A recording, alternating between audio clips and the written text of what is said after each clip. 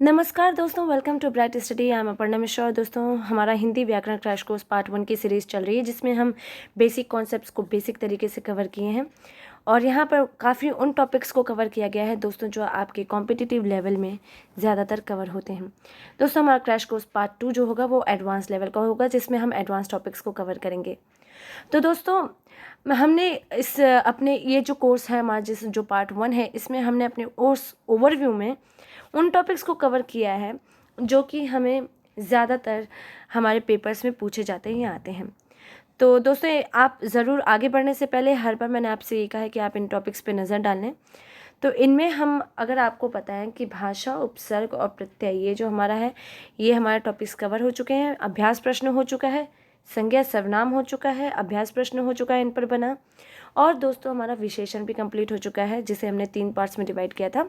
और आज हम शुरू कर रहे हैं दोस्तों क्रिया से। तो मैंने आपको इससे पहले भी बताया कि अगर हम इसे पार्ट्स में डिवाइड कर रहे हैं, इसका मतलब ये है कि हम इसे थोड़ा इजी लेवल में करके आपको एलेबोरेटिव वे में नॉलेज दे रहे हैं, जैसा कि हमारे कोर्स का मोटो ही है, बेसिक लेवल पे आपको जानकारी देना।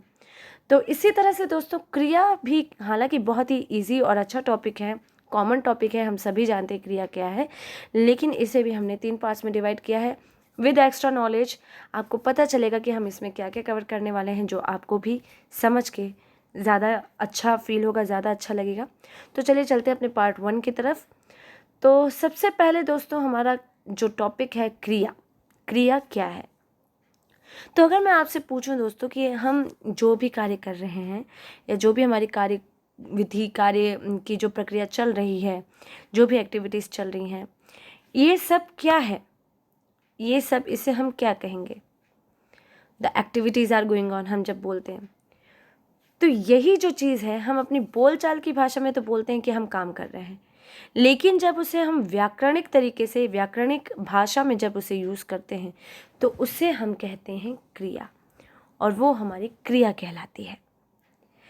तो व्याकरणिक भाषा में अगर दोस्तों देखें कि जिन शब्दों से कार्य के करने या होने का पता चलता है, वह कहलाता है आपकी क्रिया। जो शब्द आपके बताएं कि ये कार्य चल रहा है, कि work is in the process, आपका कार्य प्रगति पे है, कार्य चल रहा है। आपने अक्सर देखा होगा, जब आप रोड्स पे जाते हैं, टूर्स पे जाते हैं, लॉन्ग ड्राइव पे जाते हैं, हमेशा आप देखे होंगे। तो आपका जो कार्य चलता रहता है, प्रोसेस में रहता है, वही आपकी क्रिया है, वही आपका कार्य कहलाता है, वही आपकी वर्ब कहलाती है। अब दोस्तों, उदाहरण देख लें। उदाहरण से अगर आप देखें तो यहाँ आपका 2 उदाहरण दिया गया हुआ है दोस्तों स्क्रीन पर। पहला है आपका बारिश हो रही है, दूसरा है राम पुस्तक पढ़ता है। तो अगर आप यहाँ देखें कि बारिश हो रही है, इसमें अगर हम ये देखें कि कौन सा कार्य चल रहा है, तो यहाँ पर आपका कार्य चल रहा है बारिश के होने का। बारिश के होने का कार्य जो है आपका चल रहा है, तो इसलिए बारिश का होना एक क्रिया है।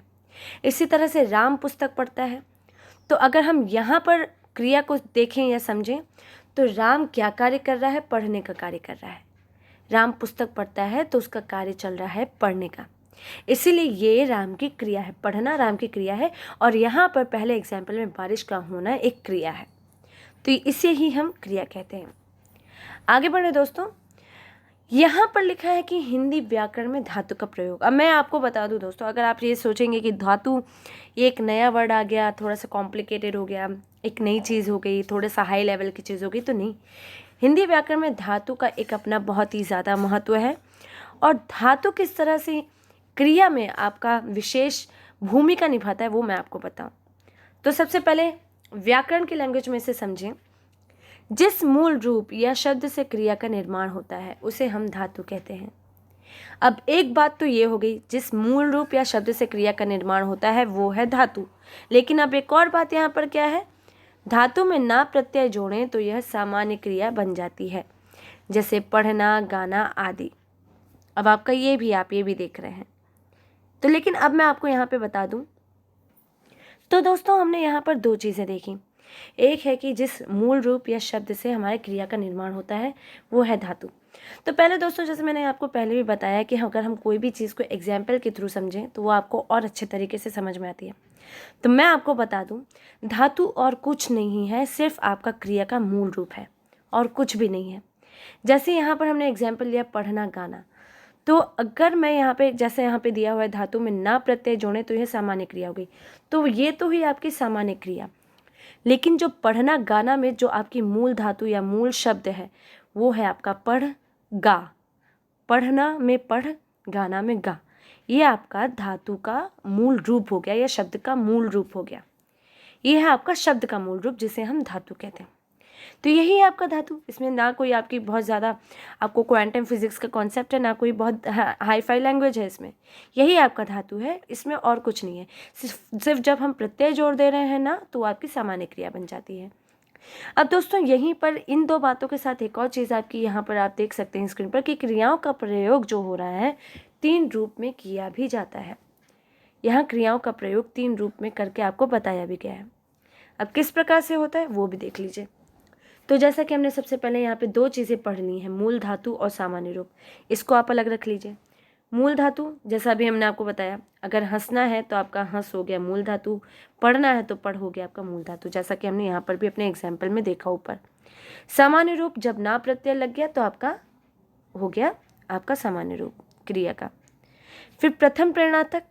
तो दोस्तों मैं बता दूं आपको, मूल धातु आप जानते हैं, लेकिन अब मैं आपको बता दूं, तो दोस्तों मैं आपको बता दूं कि हमारा जो सामान्य रूप जो होता है, जैसे हमने अभी पढ़ा, हमने आपको बताया भी कि हमारा मूल धातु से सामान्य रूप आपका बन गया। अब यही है आपका क्रिया के 3 रूप जो हम यहाँ पर पढ़ रहे हैं, सामान्य रूप, प्रथम प्रेरणार्थक और द्वितीय प्रेरणार्थक। तो दोस्तों जैसा कि अभी हमने आपसे डिस्कस किया, सामान्य रूप जो मूल धातु में ना प्रत्यय जुड़ गया वो आपका सामान्य रूप हो गया। प्रथम प्रेरणार्थक मतलब कि हम किसी को हम प्रेरणा दे रहे हैं अपने आप को। प्रथम प्रेरणार्थक मतलब मैं किसी को, मतलब जो खुद करता है वो किसी को हंसने का एक प्रेरणा दे रहा है या हम किसी को हंसा रहे हैं। तो प्रेरणार्थक का इसलिए हमने यहाँ पर वर्ड यूज़ किया है कि हम प्रेरणा दे रहे हैं अपने आप को, और इसलिए हम हंसा रहे हैं किसी को। हंसाना तो हम किसी के लिए कार्य कर रहे हैं, किसी के लिए हंसा रहे हैं या किसी को हंसा रहे हैं, तो हंसाना। फिर वही द्वितीय प्रेरणार्थक, इसी तरह से हम किसी को प्रेरणा देते हैं कि वो किसी को हंसवाए या किसी को पढ़वाए, या किसी को हम किसी और को प्रेरणा दे रहे हैं कि वो हंसवाने का कार्य करे या पढ़वाने का कार्य करे। तो ये इसी तरह से दोस्तों आप देख रहे होंगे, जो सामान्य रूप है ये खुद इंसान कर रहा है, खुद हम कर रहे हैं। प्रथम प्रेरणार्थक वो किसी को कर रहा है, किसी के लिए कर रहा है, हंसा रहा है किसी को या पढ़ा रहा है किसी को, पढ़ाने का कार्य या हंसाने का कार्य। और द्वितीय प्रेरणार्थक वो किसी और के लिए, अभी किसी तीसरे के लिए ऐसा कार्य कर रहा है। हंसना, हंसाना और हंसवाना, इसे अगर आप सिंपल तरीके से देखें तो सामान्य रूप, प्रथम प्रेरणार्थक और द्वितीय प्रेरणार्थक, ये आपके क्रिया के मूलतः 3 रूप होते हैं जो मूल धातु से ही बने होते हैं। तो यही है हिंदी व्याकरण में धातु का प्रयोग। हालांकि है बहुत ईजी समझने के लिए दोस्तों, बहुत ज़्यादा नहीं, लेकिन कुछ लेवल पे ये ज़रूर आता भी है। अब हम क्रिया के भेदों को देखें दोस्तों, तो क्रिया के जो हम कॉमनली जो भेद अक्सर पढ़ते आए हैं, जैसा कि हमने अपने पिछले टॉपिक्स में भी पढ़ा है, जो हम आम तौर पे पढ़ते हैं क्रिया के 2 भेदों के बारे में पढ़ते हैं। आप स्क्रीन पर देख सकते हैं, एक है सकर्मक क्रिया, दूसरा है अकर्मक क्रिया। तो दोस्तों आप इसमें देख रहे होंगे कि सकर्मक जैसा कि नाम से ही स्पष्ट है, कर्म के साथ, और अकर्मक मतलब कि जब किसी चीज़ के साथ लग जाता है, किसी शब्द के साथ लगता है, मतलब उसके बिना, उसका लोप हो जाता है, कर्म के बिना। आप स्क्रीन पे भी देख रहे हैं। लेकिन हमारा कर्म क्या है, अब हम ये भी पढ़ें, तो चलिए इसको भी डिटेल में पढ़ते हैं उदाहरण के साथ, सकर्मक और अकर्मक क्रिया। तो सबसे पहले हम उदाहरण लेते हैं दोस्तों। स्क्रीन पर आप देख रहे हैं दोस्तों, यहाँ पर आपका उदाहरण है, मीरा फुटबॉल खेलती है, और अकर्मक में है रोहित हंसता है। तो दोस्तों अगर मैं आपको बताऊँ सकर्मक में कि मीरा फुटबॉल खेलती है, तो यहाँ पर मीरा का कर्म क्या है, जैसा कि हमने पढ़ा सकर्मक में कर्म के साथ है, तो यहाँ कर्म क्या है, मीरा का कर्म है खेलना, कार्य है खेलना, उसका अगर हम कार्य की बात करें तो कार्य है खेलना। लेकिन कर्म जिसे अगर आप इंग्लिश में समझ लें तो बहुत ईजी होता है, ऑब्जेक्टिव, वो किसके साथ खेल रही है, तो उसका ऑब्जेक्टिव है फुटबॉल, कि वो किसके साथ खेल रही है, तो वो फुटबॉल के साथ खेल रही है। मीरा खेलती है फुटबॉल के साथ, तो जो मीरा का कर्म है वो है यहाँ पर फुटबॉल। जबकि यहाँ पर अगर हम देखें इस सेंटेंस में अकर्मक में, तो रोहित हंसता है, तो अगर हमने देखा कि कर्म का अर्थ है ऑब्जेक्टिव, जिसके साथ खेल रही है या किसी के साथ वो क्या कार्य कर रही है, किसी के साथ कार्य कर रही है, तो वो आपका कर्म हो जाता है। लेकिन जब यहाँ रोहित हंसता है हम बोल रहे हैं, तो क्या हमें ऐसा कोई कर्म दिख रहा है इसमें? नहीं, आपको यहाँ सिर्फ क्रिया दिख रही है हंसने की। रोहित एक हंसने की क्रिया कर रहा है या हंसने का कार्य कर रहा है, जो कि उसकी क्रिया है, कर्म नहीं है। अब दोस्तों, हालांकि आपको सकर्मक और अकर्मक क्रिया दोनों ज़रूर क्लियर हुआ होगा, लेकिन अगर आप इसे और इसी तरीके से समझें, हमें कॉन्सेप्ट कई बार क्लियर हो जाते हैं, फिर भी हम कॉम्प्लिकेट हो जाते हैं, कंफ्यूज हो जाते हैं। तो इसका भी हमारे पास एक आइडिया है, एक स्कोप है, एक और तरीका है इसकी पहचान का। तो चलिए इसे और अच्छे तरीके से पहचानते हैं। इसकी पहचान इसे आप और अच्छे तरीके से कैसे समझेंगे? सकर्मक क्रिया की ये है कि जब आप वाक्य में क्या पूछते हैं और आपको जवाब मिलता है, तो वो सकर्मक क्रिया होती है। ये आपका और इजी प्रोसेस है, या कहते हैं ना ट्रिक, किसी एग्जाम में आप ट्रिक यूज़ कीजिए, तो ये है आपका ट्रिक सकर्मक क्रिया को पहचानने का। जहाँ वाक्य में, सेंटेंस में आप क्या पूछते हैं और आपको जवाब मिलता है, वो सकर्मक क्रिया है। और जहाँ वाक्य में क्या की जगह आप कौन पूछते हैं और आपको जवाब मिलता है, वो होता है अकर्मक क्रिया। कैसे? चलिए यही है, चलते हैं अपने पिछले पेज की ओर, एक बार इसको हम ट्राई कर लेते हैं अपने एग्जाम्पल्स के थ्रू। हमने सकर्मक क्रिया में पहचान में देखा कि जहाँ हमें क्या पूछने पर जवाब मिलता है, तो क्या हमें यहाँ जवाब मिल रहा है क्या पूछने पर? मीरा फुटबॉल खेलती है। मीरा क्या खेलती है? जवाब मिल रहा है फुटबॉल।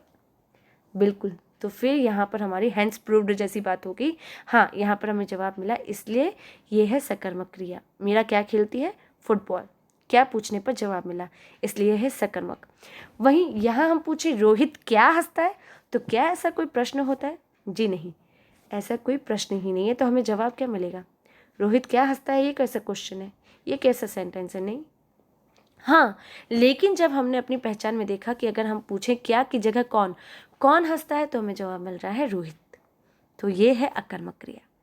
तो ये थी दोस्तों सीधी सी पहचान सकर्मक और अकर्मक क्रिया की। और मैं आपको बता दूं कि ये बहुत ज़्यादा आपका क्वेश्चंस पूछा जाता है इससे रिलेटेड। सकर्मक और अकर्मक क्रिया पे बेस्ड बहुत क्वेश्चंस आपके स्कूल लेवल पे ही नहीं, न सिर्फ स्कूल लेवल पे, कॉलेज लेवल पे और कॉम्पिटिटिव पेपर्स में भी आता है। तो अगर आप इसे नहीं समझे तो ज़रूर दोबारा आप वीडियो को देखिए, समझिए, और कोई भी क्वेश्चंस हो आप ज़रूर उसे क्लियर कीजिए। अपनी नेक्स्ट वीडियो में दोस्तों हम क्रिया को और इलेबोरेटिव वे में पढ़ेंगे, उसके और भेद किस किस तरीके से हैं वो जानेंगे, और बाकी कुछ और पहचान समझेंगे। तब तक के लिए थैंक यू सो मच।